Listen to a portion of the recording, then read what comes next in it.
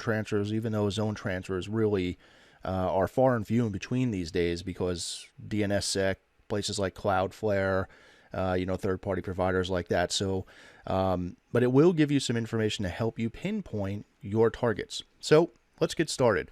So you fire up your Kali Linux box or whatever Linux machine you have if you have DNS and Enum installed there. Now this is one of many tools, like I said, that I will use in a pen test in my information gathering or recon phases. And certainly you've probably seen our videos on that here on YouTube. And if you're part of our school at pentesteruniversity.org, you'll probably have already seen that in some of the videos as well. So the command is simply, and you don't need to be root or you don't even need to be a sudoer to do this, so that's pretty good, is DNS enum. And of course, you can always issue TAC-H for the help.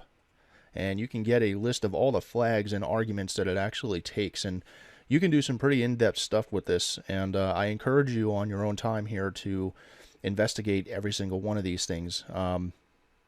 Really, so you can do thread counts. You could specify DNS server, and then that's going to use this DNS server for A queries, NS, and MX queries as well.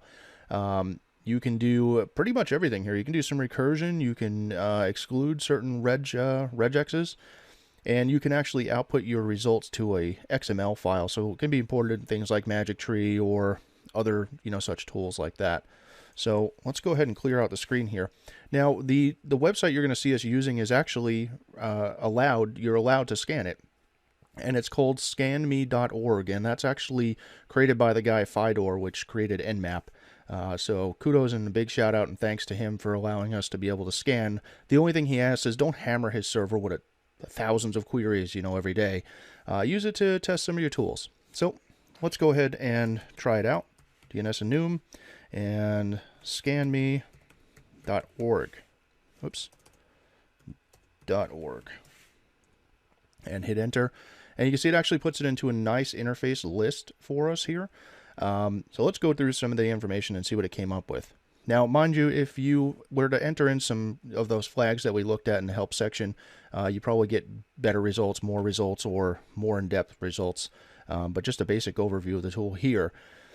The host that we scanned was scanme.org, of course, and it listed as host addresses. And for scanme.org, the DNS-A record here is 74.207.244.221, so that's what the IP address is of this actual domain name here.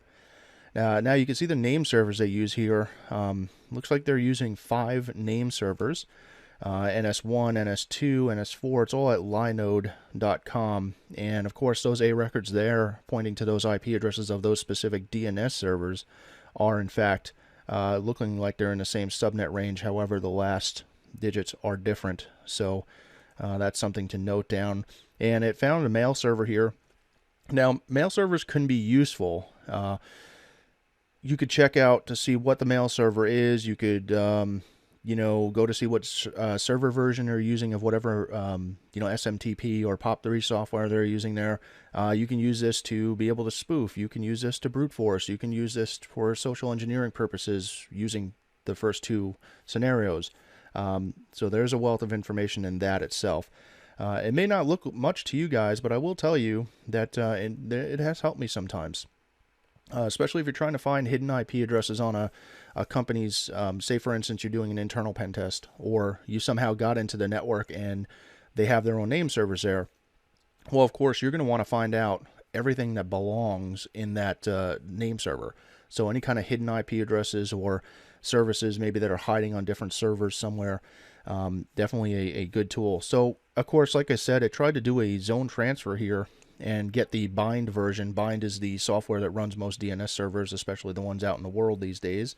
Of course, it can't do any zone transfers. It was refused because I'm sure he's using DNSSEC or Cloudflare or something to that effect. Zone transfers are very, very bad, right? So it used to be where that was like nobody really knew about it until we found out that zone transfers were quite possible by public users. Now you have to have keys and all sorts of stuff, but authoritative and stuff like that. But it was dangerous because it gave out just a crazy wealth of information. So of course, nowadays, as time progresses, things get patched and fixed. So that's definitely good. You can specify brute force files to brute force subdomains. There's a crazy amount of stuff you can do with DNS enum, but that's pretty much it. That's the simplistic version of it. Again, I encourage you in your own time here to go through some of these flags and check them out and do some testing against scanme.org.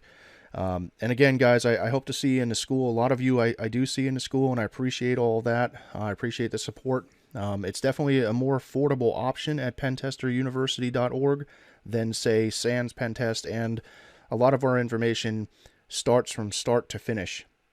Whereas it differs from our YouTube channel, where there's no real way to put it into a sequence that makes sense if you're really looking to be a professional pen tester. So if you are looking to be a professional pen tester in 2017, it is a fast-growing industry. It's growing at 37% projected by 2020, and we're in super high demand. I'm sure you guys saw what happened in 2016. Everybody was hacked.